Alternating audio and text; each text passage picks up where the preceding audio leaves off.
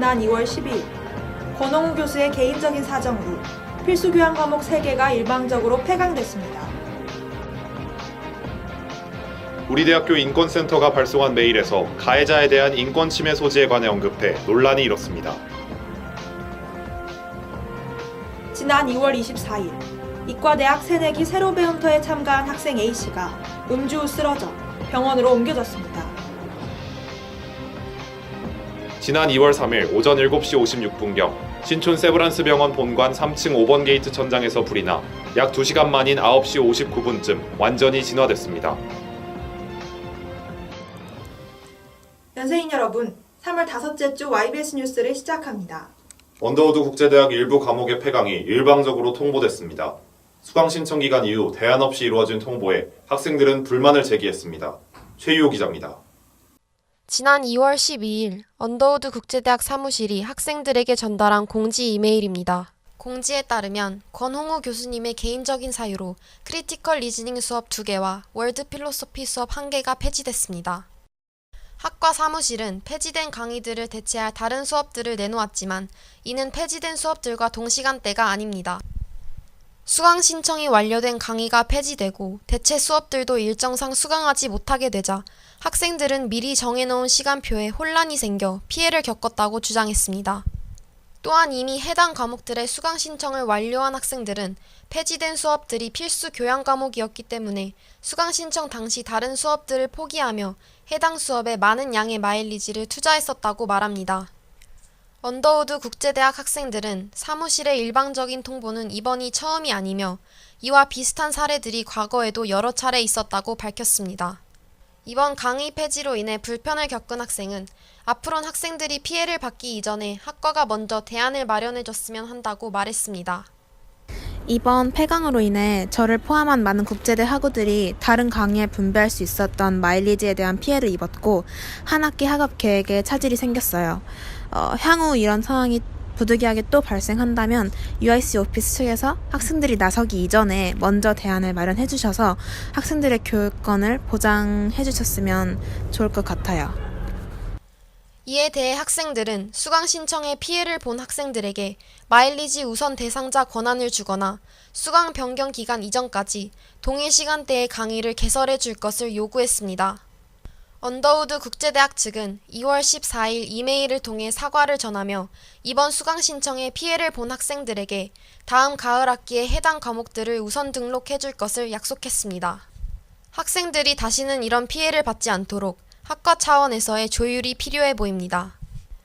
YBS 뉴스 최유호입니다. 지난 3월 2일 우리 대학교 인권센터는 재학생을 대상으로 가해자의 인권 침해에 관한 메일을 발송했습니다. 최세은 기자입니다. 지난 3월 2일 우리 대학교 인권센터는 대학 강의 중 차별과 혐오 발언 사건에 관해 재학생들을 대상으로 전체 메일을 발송했습니다. 인권센터는 메일에서 인권 존중 문화를 위한 첫걸음으로 강의 시간 중 차별과 혐오 표현들을 돌아보고 문제점을 개선하고자 한다는 내용을 담았습니다. 이번에 발송된 메일엔 정확한 조사 절차 없이 적정한 피해자들에 대한 사과가 아니라 대중에 대한 공개 사과 요구는 가해자에 대한 인권 침해의 소지가 있습니다란 내용이 포함됐습니다. 일부 학생들은 이런 부분이 피해자가 목소리를 내는 상황을 위축시킬 수 있다는 지적을 제기했습니다. 우리 대학교 중앙도서관 앞엔 인권센터의 메일에 항의하는 내용의 대자보가 게시됐습니다. 대자보에선 가해자의 성찰과 자기반성보단 가해자의 인권 침해를 얘기한 메일의 내용이 피해자들에겐 또 다른 상처로 남을 수 있다고 지적했습니다. 특히 개인에게 사려 깊은 운동을 요구하기 이전에 학내 문제에 관한 해결책을 마련하는 것이 우선이란 주장이 나왔습니다. 우리 대학교 인권센터는 이번 메일이 미투 운동과 관련된 것이 아니며 2017학년도에 제기된 단체 카톡방과 강의 시간 중 있었던 혐오 및 차별 발언 문제와 관련된 것이라 밝혔습니다. 인권센터는 가해자로 지목된 사람과 신고인을 포함하여 우리 대학교의 모든 구성원의 인권을 보호해야 하는 의무를 갖고 있다고 설명했습니다. 따라서 정당한 절차를 통해 피해자를 최대한 보호하며 사건을 공정하게 처리할 책임과 의무가 있다고 말했습니다. 또한 이번 논란은 미투 운동과 맞물린 사회적 분위기로 인해 오해가 발생했다고 생각하며 본 의도가 바르게 전달되도록 피해자와 가해자 모두의 인권을 공정하게 처리하고 인권 교육을 확대할 계획이라고 밝혔습니다. 인권센터가 미투 운동을 적극 지지한다고 밝힌 만큼 미투 운동을 통해 목소리를 내고 있는 피해자들의 입장을 더 고려했어야 했다는 지적이 나옵니다. YBS 뉴스 최세은입니다. 이과대학 새내기 새로배움터에 참가한 한 학생이 음주 후 쓰러져 병원으로 옮겨졌습니다. 이과대학 운영위원회는 남은 일정을 술 없는 세터로 진행했고 남은 주류 500여 병을 전량 폐기했습니다. 이정민 기자입니다. 지난 2월 24일 이과대학 새내기 새로배움터에서 학생 A씨가 과음으로 인해 응급실로 이송됐습니다. A씨가 세터 뒤풀이 자리에서 술을 마신 후 구토를 하는 등 몸 상태가 악화되자 병원으로 옮겨진 겁니다. 이과대학 운영위원회 측은 입장문을 통해 세터에서 술을 꼭 마시지 않아도 된다고 전달하는 것이 미흡했으며 대표자 책임자로서의 관심과 관리가 부족했음을 인정했습니다. 또한 뒤풀이 시간이 짧아 술을 급하게 마셔 사고가 발생했을 수 있다고 이과대 운영위원회 측은 밝혔습니다. 사건이 발생한 당시엔 세터가 진행된 첫째 날이었으며 2시간 30여 분으로 뒤풀이 시간이 제한돼 있었습니다. 사고 발생 후 이과대학 운영위원회 측은 술 없는 세터로 남은 일정을 진행하겠다고 밝혔고 남은 주류 500여 병을 전량 폐기하는 등의 조치를 취했습니다. 뒤풀이 외에 다른 프로그램을 진행하는 것엔 문제가 없었고 술을 포함한 뒤풀이를 강행했을 때 사고가 날 확률이 높은 점을 고려한 겁니다. 이과대학 운영위원회 측은 입장문을 통해 실질적으로 남은 주류를 보관하거나 운반하기 힘들기 때문에 술을 전량 폐기했다고 밝히기도 했습니다. 다음 때 학생에게 무엇을 강요할 수는 없지만 음주 교육을 강화하는 부분에 대해서 인수인계 자료를 만들어 전달할 예정입니다. 입장문에서도 말씀드린 부분이지만 뒤풀이 시간이 짧아 빠르게 술을 마신다거나 세터는 술을 마시기 위해 가는 곳이라는 인식에 대한 논의가 부족했고 꼭 술을 마시지 않아도 된다는 것을 전달하는 것 또한 부족했다는 의견이 있었습니다. 그래서 이 부분을 중점으로 전달하고자 하고 처음부터 술 없는 세터를 진행하는 것에 대해서도 검토해보자는 의견이 나와서 이제 빠르게 검토하실 수 있도록 논거를 정리하여서 A씨가 사건 이후 몸을 회복했지만 큰 사고로 이어질 수 있었던 만큼 신입생 행사에 각별한 주의가 필요해 보입니다. YBS 뉴스 이정민입니다. 지난 2월 3일 신촌 세브란스 본관에서 발생한 화재가 2시간 만에 진화됐습니다. 진화 과정에서 문제가 된 건 최초 신고 시간과 대피 방송이었습니다. 추하연 기자입니다. 지난 2월 3일 오전 7시 56분경 신촌 세브란스 병원 본관 3층 5번 게이트 천장에서 불이 나 약 2시간 만인 9시 59분쯤 완전히 진화됐습니다.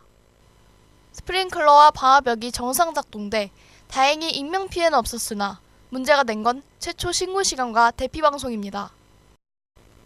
세브란스 측에서는 화재 발생 직후인 오전 8시 1분쯤 화재를 발견한 관계자가 코드 레드를 발령하고 소방서에 신고했다고 주장했으나 소방서 측에서는 병원 관계자가 아닌 병원에서 700m 떨어진 오피스텔 거주자가 오전 7시 56분에 최초로 신고했다며 화재 신고가 외부에서 들어오면서 최초 화점을 제대로 찾지 못해 애를 먹었다고 밝혔습니다.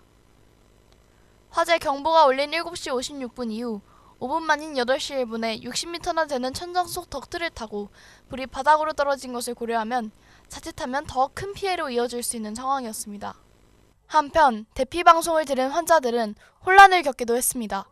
그 불이 나자마자 본관 3층에 코드레드라고 방송이 먼저 나왔는데 사실 환자들이 코드레드라고 하면은 모르니까 그게 뭐야라고 이제 모르는 사람들이 많이 있었어요. 이와 덧붙여 당시 불이 난 곳에서 가장 가까운 병동인 본관 8층에 있던 병원 관계자는 불이 난 곳이 정확히 어디인지 곧바로 방송이 되지 않아 나중에서야 3층에서 불이 났다는 사실을 알았다며 이 때문에 생각보다 대피가 늦어졌다고 설명했습니다. 이날 화재로 입원 환자와 보호자 등 약 300여 명이 긴급 대피했으며 건물 안에 있던 일부 환자는 연기를 마셔 병원 내 다른 병동으로 옮겨갔습니다.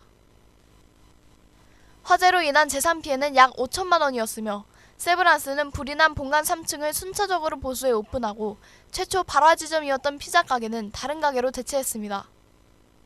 세브란스는 앞으로의 화재를 방지하기 위해 의료원 모든 곳에 조기 경보 시스템을 구축하고 푸드코트 치과의 정기점검을 강화하기로 했습니다. 인명피해는 없었지만 신속한 대피가 어려운 환자가 많은 병원인 만큼 놀란 가슴을 쓸어했던 화제였습니다. YBS 뉴스 추하연입니다. 제54대 총학생회 보궐선거가 후보자 부재로 무산됐습니다. 이에 따라 학생사회는 2년 연속 비상대책위원회 체제로 운영될 예정입니다. 표류하는 연세 학생사회. 이제는 앞이 아닌 주위를 둘러봐야 할 때입니다. 뉴스 마치겠습니다. 시청해주신 여러분 고맙습니다.